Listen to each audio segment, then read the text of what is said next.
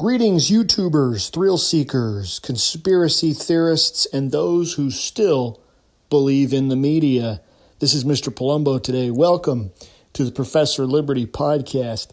I really appreciate everyone who takes out time of their busy day to listen to my ramblings. I hope it brings you edification, enlightenment, and maybe a little entertainment as well. You know, I really strive to give you guys a solid 15 minutes of just profound insight, and anything after that is a wing and a prayer.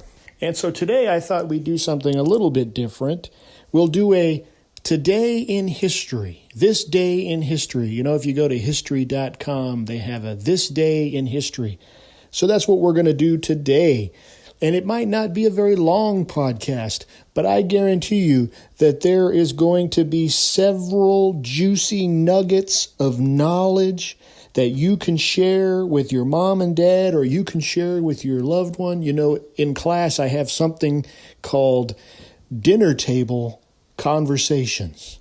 So sometimes we'll be talking about a subject, and I'll say, you know what, this would be a good dinner table conversation piece, because I know this in my house anyway. One of the common questions we ask the kids around the table is, what'd you learn in school today, right? How was school today? What'd you learn?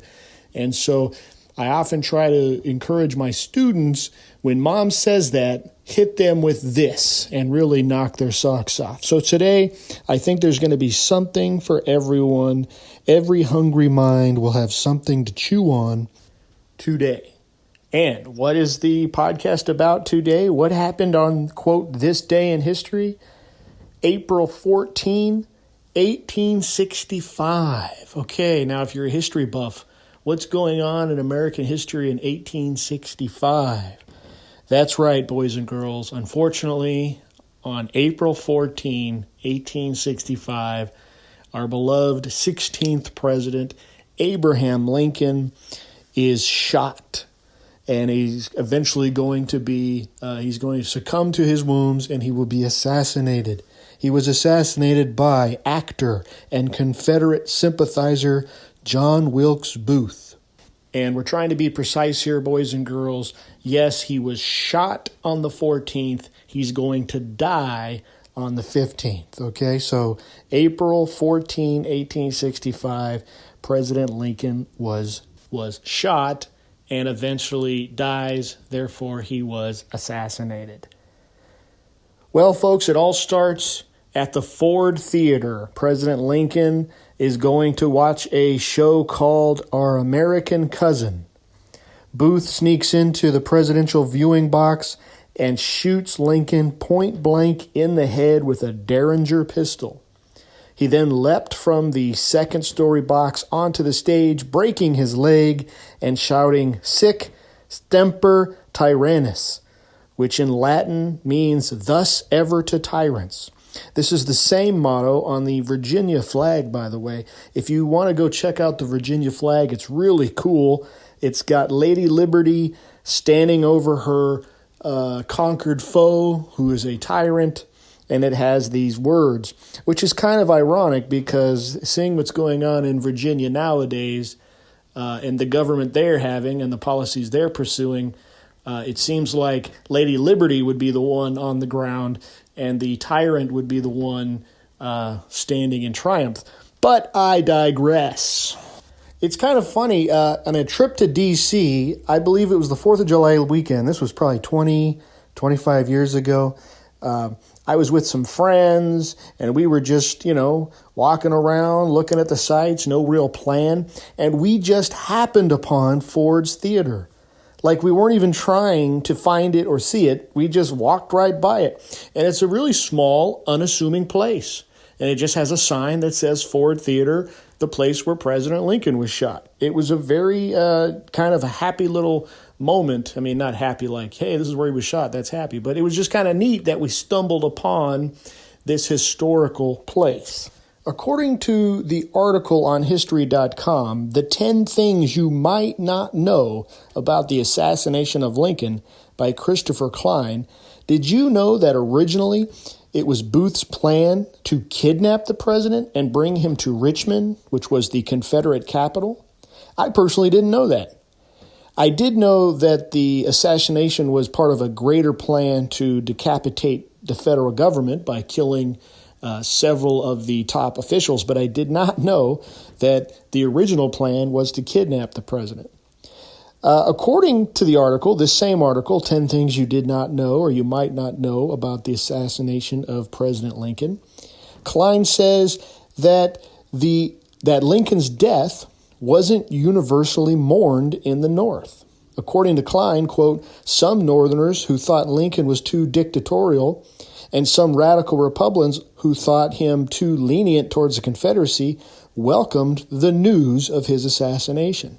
Klein goes on to say that after a meeting of radical Republicans hours after the shooting, Indiana Congressman George Julian recounted in his diary that the universal feeling among the radical men were that his death was a godsend. Wow. The prevailing opinion was that Vice President Johnson might be a better man suited for the job of bringing the South back into the fold. Boy, were they wrong. If you guys know your history, you will know that Johnson was anything but helpful in bringing unity to the country and helping newly freed black Americans find equality and justice. You know, the more I learn about Lincoln, the more I understand that he's always going to be in a lose-lose situation. Even today, people have their criticisms about Lincoln. Southerners will still say that he was a tyrant. Others claim he wasn't progressive enough regarding his views on slavery or on black people. Others will say he was a dictator for suspending habeas corpus. But the truth is, Lincoln was a level-headed moderate amongst a sea of radicals. Lincoln was caught in the middle of the pro-slavery zealots in the South and the fire-breathing abolitionists in the North. It was a time where you had to be all in. You had to either be for abolition or you had to be for slavery. Boy, does that sound familiar today. You cannot have a moderate position today on most things. Lincoln saw slavery as morally wrong, but he wasn't for abolition, at least not in the beginning. Looking to the Constitution, he thought that the federal government had no authority to abolish slavery outright. Lincoln wanted peace with the southern states, but he also was a staunch Unionist, and he believed once states were admitted into the Union was indivisible. You're not allowed to leave. And you're especially not allowed to leave on a whim or a policy disagreement or just because you don't like taxes. We talked about this when we talked about the preamble to the Constitution, right? We have to have stability. You can't just revolt and secede when you don't agree with the government. That you can't have a stable society that way. So all these positions that Lincoln takes puts him squarely in the middle politically, at a time when the nation was clearly two separate societies, much like today. And again, today, we don't have moderates in either party. And if we do have moderates, they're not going to get anywhere near the White House. You're going to have to become a radical, and you're going to have to play to the radical base to attain power. We may have to do a series on Lincoln and his views on the Republic, the Constitution, and slavery. But for now, let's just say I believe Lincoln, like Washington before him, was the man perfectly suited for the job of seeing the nation through this Civil War. That being said, everyone and their mother has an opinion about the man, and perhaps some are well-founded. I just think he'll never fully be appreciated for what he did for the nation. Okay, back to his assassination. According to onthisday.com, shortly after he was shot by John Wilkes Booth, physicians attending the president agreed that the president could not survive the wound inflicted on his head. Lincoln was unconscious and bleeding from the wound, and physicians found the bullet behind his ear was lodged so deeply it could not be removed. though they were able to remove some clots to improve his labored breathing. His doctors decided that a carriage ride to the White House was too dangerous for the mortally wounded president. So he was taken to the house of local tailor William Peterson, and due to his large size, he was laid diagonally in the bed in the first floor bedroom. As he was attended throughout the night, his family members, such as his wife Mary Todd Lincoln and his son Robert Todd, were admitted to pay their final respects. Lincoln's colleagues, such as Secretary of War Edwin M. Stanton and numerous others, were also allowed to say their goodbyes. Lincoln died at exactly 7:22 a.m. the following day.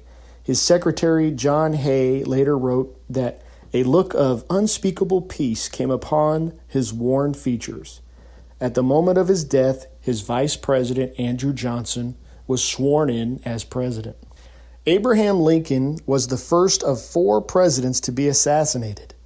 James Garfield, 1881, William McKinley, 1901, and John F. Kennedy, 1963, were the others. Did you know it is rumored that Lincoln dreamt about his own death?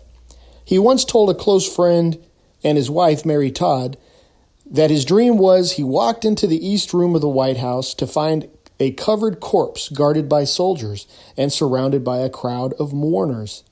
When Lincoln asked one of the soldiers who had died, the soldier replied, "The president. He was killed by an assassin." Some historians doubt that this ever took place because the story would come in the 1880s, some 20 years after the event, and Mary Todd Lincoln, the president's wife, never mentions it. Well, there you have it, folks. Abraham Lincoln, assassinated today, April 14th, 1865. Some other honorable mentions from history of things that happened today, April 14. In 1903, Dr. Plotz discovers a vaccine for typhoid. In 1912, the HMS Titanic hits an iceberg and eventually sinks. And in 1981, the first space shuttle Columbia returned safely to Earth. Columbia. Who is that named after again? Isn't it that genocidal maniac Christopher Columbus? Never mind. Here at Professor Liberty, we seek to educate, inspire, and restore. If you like this podcast, please give me a 5-star rating at Apple Podcasts. If you'd like to email me and be a part of the mailbag episodes, email your economics, your history, and your government questions to ProfessorLiberty1776@gmail.com. Go throughout the world and proclaim liberty.